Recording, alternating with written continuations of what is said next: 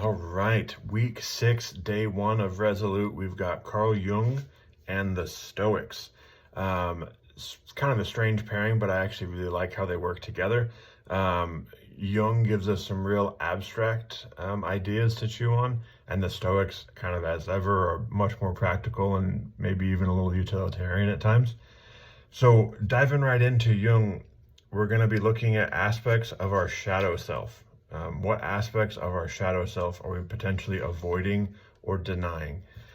And I think when we consider the idea of shadow self, what he's talking about there is the parts of ourself, and it may be using some of the self-talk with the twist tools, it may be some of our exiles, if we can kind of use that lingo to attach to this idea. Now,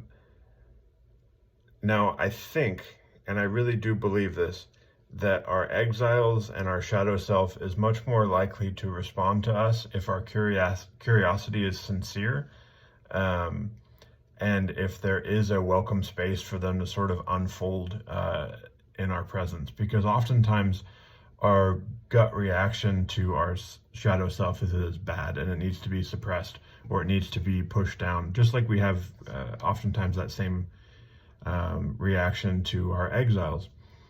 But I really do think, and I'll get kind of odd here for just a second, I really do think that that's the whole purpose behind why fairy tales so often include toads turning into princesses, frogs turning into princesses, is because it's a matter of what level of affection we'll give to a thing that's perceived as ugly that actually gives us the most value and uncovers the most value. It's a matter of how we're looking at things either gives us access to or denies us access to the thing that is most valuable about the thing in front of us.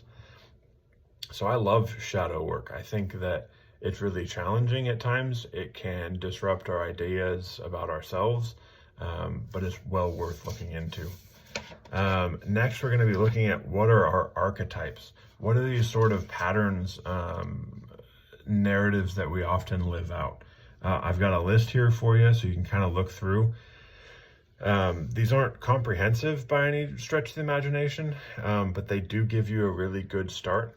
Odds are you're not going to be one, and you're probably not going to be all, but you'll probably have bits and pieces. And so you might have a sort of guiding one that kind of calls the shots, but there might be other kind of supportive pieces that come in along the way. And we've got some questions here that can kind of help you process through that and read and learn through that. Next is moving into Jung's stuff is what are the recurring dreams and symbols that appear in your life? He has the idea of a collective consciousness, that there's a consciousness that we all share that's sort of active. That's where he gets the archetypes. Those are sort of active ideas or patterns or templates that we all share, and so that we all act out of them in certain ways. He also has that same idea around dreams and symbols. So are there certain things that come up for you regularly? Is there something that we need to pay attention to there? Is there more meaning than perhaps we're giving it credit for? And I think by looking at these carefully, we can uncover some real true and profound things about ourselves and hopefully connect ourselves in a more integrated way. On to the Stoics. These folks, like Marcus Aurelius, is probably the most well-known. His book Meditations is kind of a seminal work in philosophy, and it's grown really, really popular as of late.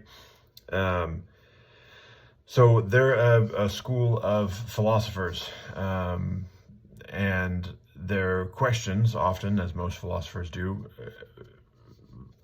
revolve around this idea of what it means to live a good life, that there are ways of doing things that are actually better for human flourishing than others, and if we pay attention to that, we'll probably be prone to start cultivating those virtues that the Stoics and other philosophers have identified as essential or fundamental to cultivating a good life. So I like this idea of looking at virtues and having that be a way that we consider our meaning and purpose. Let's see. Where's another question here? Let me see.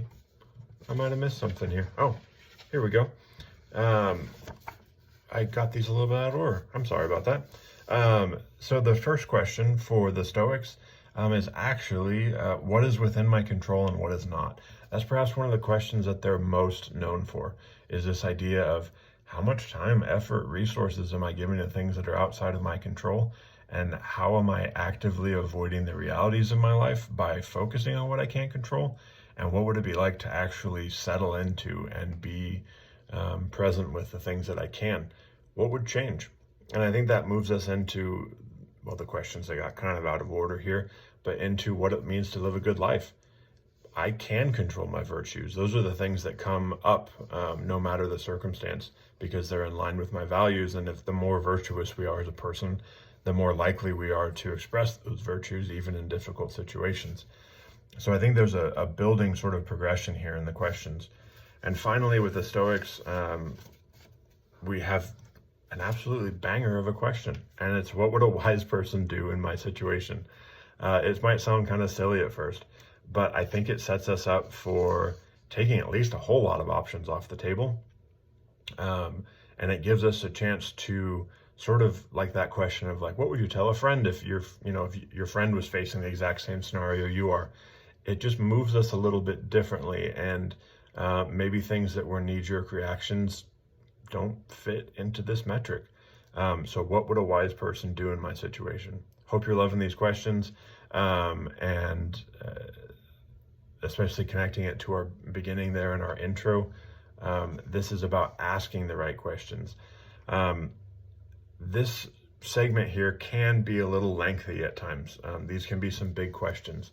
So maybe find one that really works for you, one from each of the kind of pairs that we've got built here. And really dive into those. Remember, we're going for quality over quantity. All right. Ciao.